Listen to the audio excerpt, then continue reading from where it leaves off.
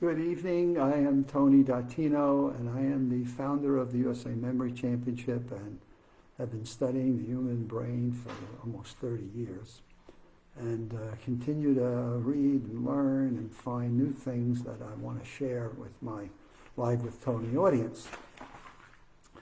And I got interested in all of this work back in 89. Working at IBM, trying to find creativity for the IBM workforce and how to reinstill it. In any case, since then, I've become a student of everything I can read, what I can share with people on our own brains and how do we maintain brain health. And one of the things that we learn over and over that's written about every day now seems to be the importance of social interaction. And over the years of doing the studies and the research that I've done and the interactions of workshops and talking with people and getting feedback from them, their ability to socially connect with people and build relationships and maintain those relationships is absolutely the most important thing that we can all do. And we certainly are challenged in today's environment. And how do we maintain social relationships of our families and of our daughters and sons and grandkids? And the grandkids seems to be, when you get to the senior age and your kids have kids and now you become a grandparent, that probably for grandparents is one of the most challenging and most, I want to call it hurtful things. It's one of the things that you hear grandparents talk about first is the loss of their connection that they have with their grandchildren. And so I've been working and learning and studying what other tips or ideas can I offer to people, seniors, to grandkids even. So it works two ways. So what can I offer to grandkids of how they might help their grandparents stay socially connected and not fall into the world of isolation or loneliness, especially if one of their grandparents has passed and they live alone.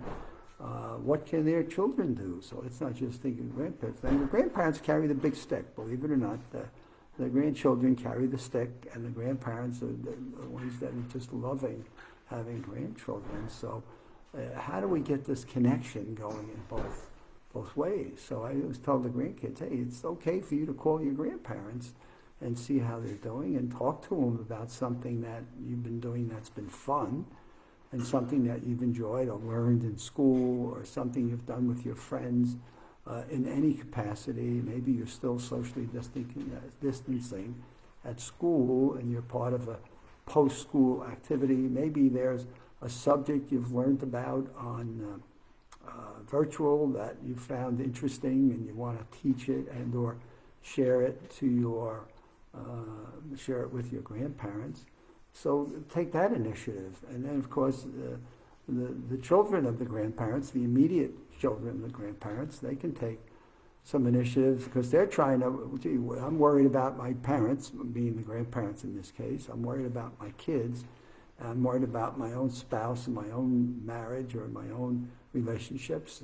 And so we've got all these pressures that are going on that really demand for us, I think, to be a little bit more focused and a little bit more on the ball of, so what are we doing and how do we keep this going? And so these are the pieces that I have found have to come together in order for us to really pull everything together in a positive way. So let's just talk a little bit about some of the things I was reading today in the Orlando Sentinel that at least let us know, what's going on and what's happening. So here we go, pandemic grandparents. So the thing we're looking at here is pandemic grandparents. And what can we do with pandemic grandparents? And the tip that I found that I thought was really important was how to make the interactions with the grandkids transactional. And what does it mean by transactional? What can the grandparents do using social media to stay engaged with the grandkids in a socially interactive way? And how can they stay interactive by using Zoom to have them do something that they can watch and do together? So that was, to me, a really insightful thing that I found helpful. That they say, make it transactional. Now, transactional means simple.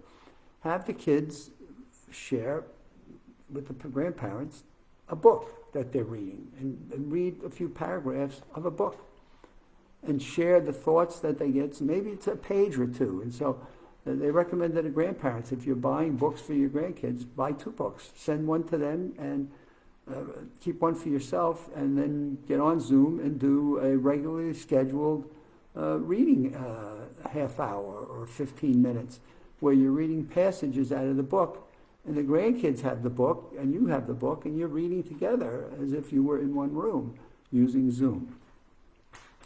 How about having the kids share with you a test that they've taken in school and bring the test onto their side of the Zoom and go through some of the test questions with the grandparents and see how the grandparents would do on the test, and let the kids feel like they know something that they can then teach to the grandparents, which is a really terrific way of boosting the self-confidence of the grandkids.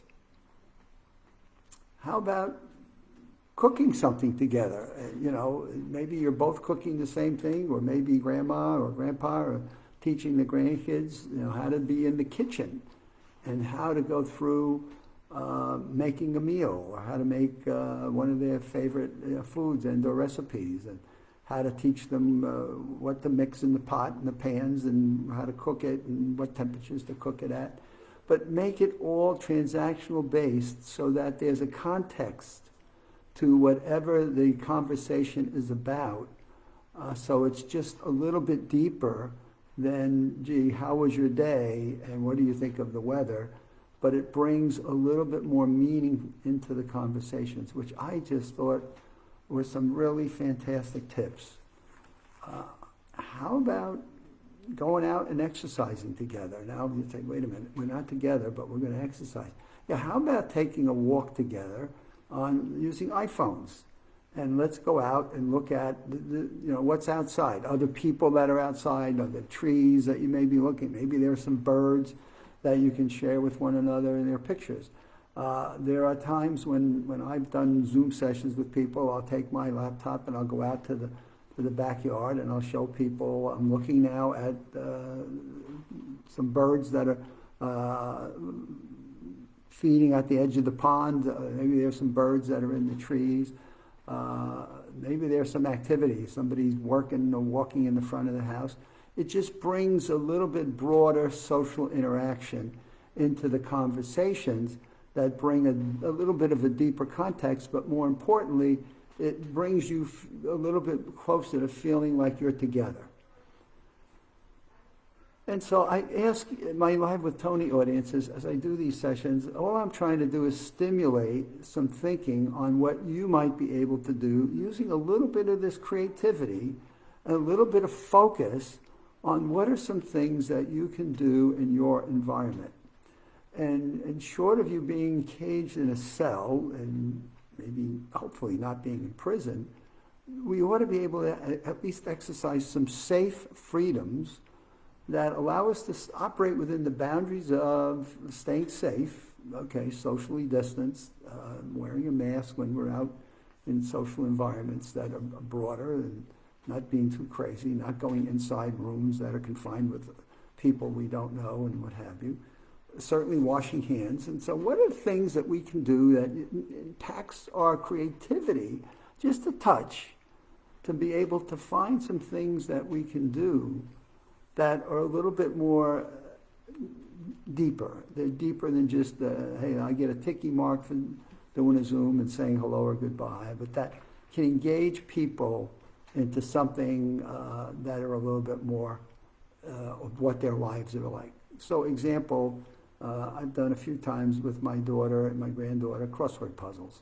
So I get a crossword puzzle. I'm the crossword puzzle crazy. My daughter's an outstanding crossword puzzle person. And whenever we've gotten together in the past, we do crosswords. We sit in the sand at a beach, or we sit at a pool and we do a crossword puzzle. Well, we've done a few on Zoom. We get on Zoom and we do crosswords, and we make sure we're each working on the same crossword puzzle, and we're working in the same sections of the crossword puzzle. And off we go. We do a crossword together. It's not the same as being together, but it's pretty close to it. My granddaughter today had to go for an FAA, Federal Aviation Agency exam for flying a drone. So she called. I knew she's been taking lessons. I've been asking her, it was one of her college courses she needs for her media program to become a licensed drone flyer. And so she called today.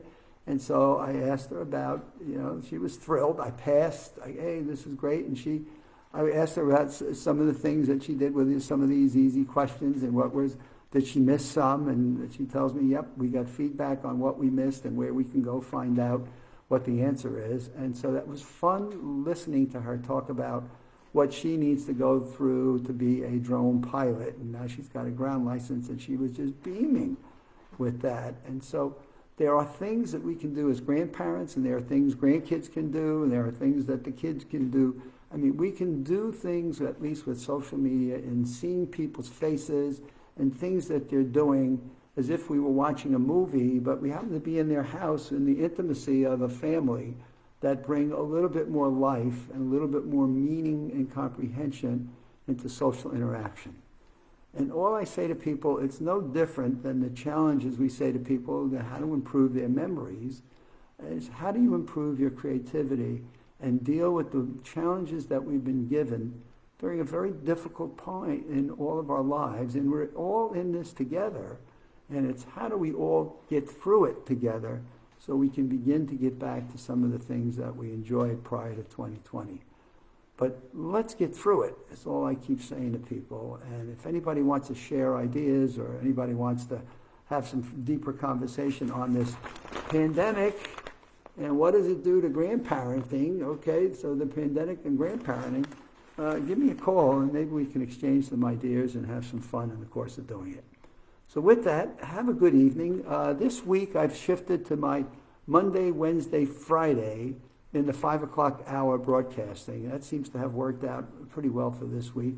I'm going to stay on the Monday, Wednesday, Friday, 5 o'clock time period, at least through the Christmas holidays and New Year's. And I'd love your feedback on it in terms of it. But I've really enjoyed doing these. I'm doing a lot of reading during this period of time.